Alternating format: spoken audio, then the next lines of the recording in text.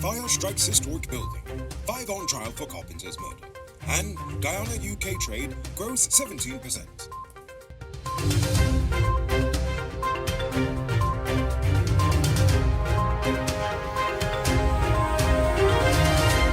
I'm Rico Bulford, and this is Uncut News. Do you see news happening? Send us a tip on WhatsApp at 592-659-615. This morning, a fire of unknown origin burned much of the top floor of the Guyana Stores building located at Water Street, Main Street, Georgetown. Around 1 this morning, firefighters arrived and spent hours battling the blaze that threatened the historic structure. The fire was eventually contained. The damages and losses suffered are still being assessed. Guyana Stores Limited was incorporated in 1976 as a state-owned enterprise to acquire the business and assets of the Booker Group of companies. Its importance to Guyana's economy at the time cannot be understated. I mean, literally, it's so important that we're actually going to make it this week's history topic. The Presidential Commission of Inquiry into the events of the 2022 general and regional elections will commence November 3rd. The terms of reference have been completed and published in the Official Gazette. The inquiry is expected to be completed within 7 months. The commissioners that make up the COI are Chairperson and Acting Justice of Appeal in the Eastern Caribbean, Godfrey P. Smith, retired Justice of Appeal Stanley Jordan, and former Chancellor of the Judiciary of Guyana, Carl Singh. For the month of September alone, Kanu has seized $311 million worth of narcotics. These seizures comprises of $294 million, or approximately US $1.4 million in ganja, and $17 million, or US $82,000 in cocaine. Most of the narcotics were intercepted in regions 6, 4, and 3. Cannabis continues to be the narcotic most commonly seized by Kanu, accounting for 97% of all seizures, the majority of the other 3% being cocaine, which is mainly found at the airport. The sales representative, who was reportedly assaulted by Aussie Slap-em-up Rogers, is not satisfied with the way in which the police in Berbice are handling the case. She said that she feels as though the matter will be swept under the rug. The woman told the newsroom that it all started when the shop owner took issue when Rogers ignored her after he allegedly opened the fridge in a rough way. According to the store clerk, Rogers had actually struck both her and the shop owner during the altercation, and when they both went to report the matter, he had already beaten them to the police station. Guy Suko has a new board of directors. Director General in the Ministry of Agriculture, Madan Lal Ramraj, has been appointed chairman of the board. The other directors include Mohammed Rafiq, Roy Hanuman, Shaliza Shaw, Tan Chand Balgaman, Shamria Evans, Desmond Sears, Vishnu Pandey, Paul Cheong, Ram Narayan Rupan, and 2 representatives from the Ministry of Agriculture and Gawu. Meanwhile, Sesnarayan Singh is still CEO, despite calls from the last board to fire him. I also see a lot of recycled faces on this board. The Guyana Livestock Development Authority has teamed up with beekeepers across Guyana to embark on a national capture and redistribution of wild bee colonies. The exercise began during the first quarter of 2022 and has removed more than 126 wild colonies. They noted that the recent increase in attacks can be attributed to the fact that the honey flow season is currently on, and the bees are very protective of their colonies during this time. It might not be robbery season, but the streets are still mean. That's why you need to get security for your home and business through Sheriff Security Service. Sheriff Security offers well-trained guards, armed and unarmed patrol, marine patrol, canine services. These people even have drones. Why? Because your security is their highest priority. You've seen the rest. Now hire the best. Hire Sheriff Security Service today. Now it's time to tell you about Best Buy's Car of the Week. Currently on sale is a 2016 Toyota Crown Athlete. It comes with Bluetooth, mount rims, new tires, TV, CD, stereo fog lamps, back camera, and much, much more.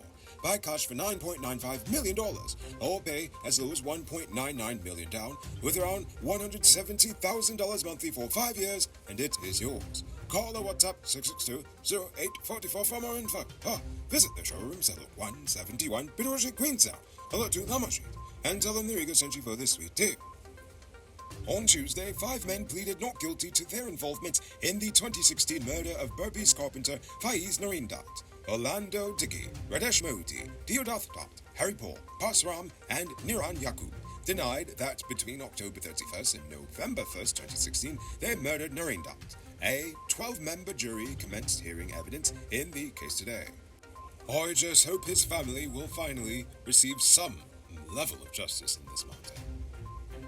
The 4 cops who are currently under close arrest in Region 6 were found with a freshly butchered slab of beef in the force's vehicle shortly after they crashed it on Monday night. According to them, the 4 ranks, a corporal and 3 constables, responded to an accident involving a cow shortly after midnight along the number 19 public road Quarantine Pebbles. Traffic officers had already taken the relevant information by the time they reached, so one of them pulled out a cutlass and started chopping away at the cow's carcass, leaving only the guts behind. Soon after, Commander Bacchus of Region 6 passed by and demanded answers for the gory scene at the side of the road. When questioned, the corporal stated that he was taking the carcass to lodge it as evidence in the earlier accident they were supposedly in. The officers were all placed under close arrest at Central Police Station, thus bringing a close to their amateur butcher shop. Police Constable Roger Bowen has died some 5 days after he was involved in an accident at Enmore, East Coast Timor. Bowen died around 6 this morning at the Dorchester Public Hospital. Last Friday, he was heading home on his motorcycle when he collided with a motor car. The police could not say if Bowen was wearing a helmet at the time of the accident. The driver of the vehicle was arrested and placed on $100,000 station bail as the investigations into the accident continue. Today, the CCJ ruled that the Guyana Court of Appeal had no jurisdiction to entertain the appeal in Elections Petition number 99, which was dismissed by Acting Chief Justice Roxanne George last year on the grounds of technicality. The ruling effectively means that Petition 99, which the coalition saw as the base of its claims that fraud was committed during the last elections, can no longer be heard by the Court of Appeal in Guyana. The CCJ said that the High Court has exclusive jurisdiction to hear and determine elections petition matters, and not the appeals court. It's like every other day we're running to the CCJ in some sort of elections-related case. It's just embarrassing at this point. They must be tired of seeing our faces there. Moments after it was announced that Guyanese visitors can travel to the UK without a visa, our president said that similar efforts are being pursued with the European Union. The UK's visa waiver helps to demonstrate confidence in Guyana, and that confidence, the president believes, strengthens Guyana's case for visa waivers from other nations. On a related note, Guyana's trade with the United Kingdom increased by over 17% in the last year. The United Kingdom has previously described Guyana as its largest regional trading partner, with £560 million in goods and services traded last year. This represents 21.6% of trade facilitated between the Caribbean region and the UK. Now for today's royal update. Guyana's central bank disclosed on Monday that 65% of the US $607 million that was approved by the National Assembly to support the 2022 budget was transferred to the consolidated fund. The remainder, some US $207 million, is expected to be withdrawn in the final quarter of this year. Hence a total of 83.4 billion Guyana dollars, which is around 400 million US dollars, has been transferred from the fund, thereby amounting to 65.83% of the budgeted outflows for the year. As of September 30th, Guyana received revenue for 16 1 million barrel lifts since the inception of the fund in 2019. Based on the formula used to calculate the ceiling of annual withdrawals from the fund, almost US $1 billion could be available for support to the nation's budget in 2023. Unfortunately, we still have no idea where the money is actually being dedicated to. We're just told that it's going towards the budget. Attention truck owners, if you're not shopping at Powered Automotive, you're wasting your money. Powered Automotive has all the major parts for all models of DAF, Freightliner, Mark, International, and more. No need to knock your belly here. They have all the parts you need at prices you can afford. Visit them at Lot 491 EE Eccles, or call or WhatsApp them on telephone number 697-0171. Save big on truck parts at Powered Automotive, the #1 heavy-duty truck parts store in Guyana. You can multiply your cash by selling digital top-up. This is a legit way you can earn some extra money at your business or to supplement your current hustle. Become a top-up vendor quick and easy by linking with Cellular Plus. Call them on telephone number 685-3109 for more info.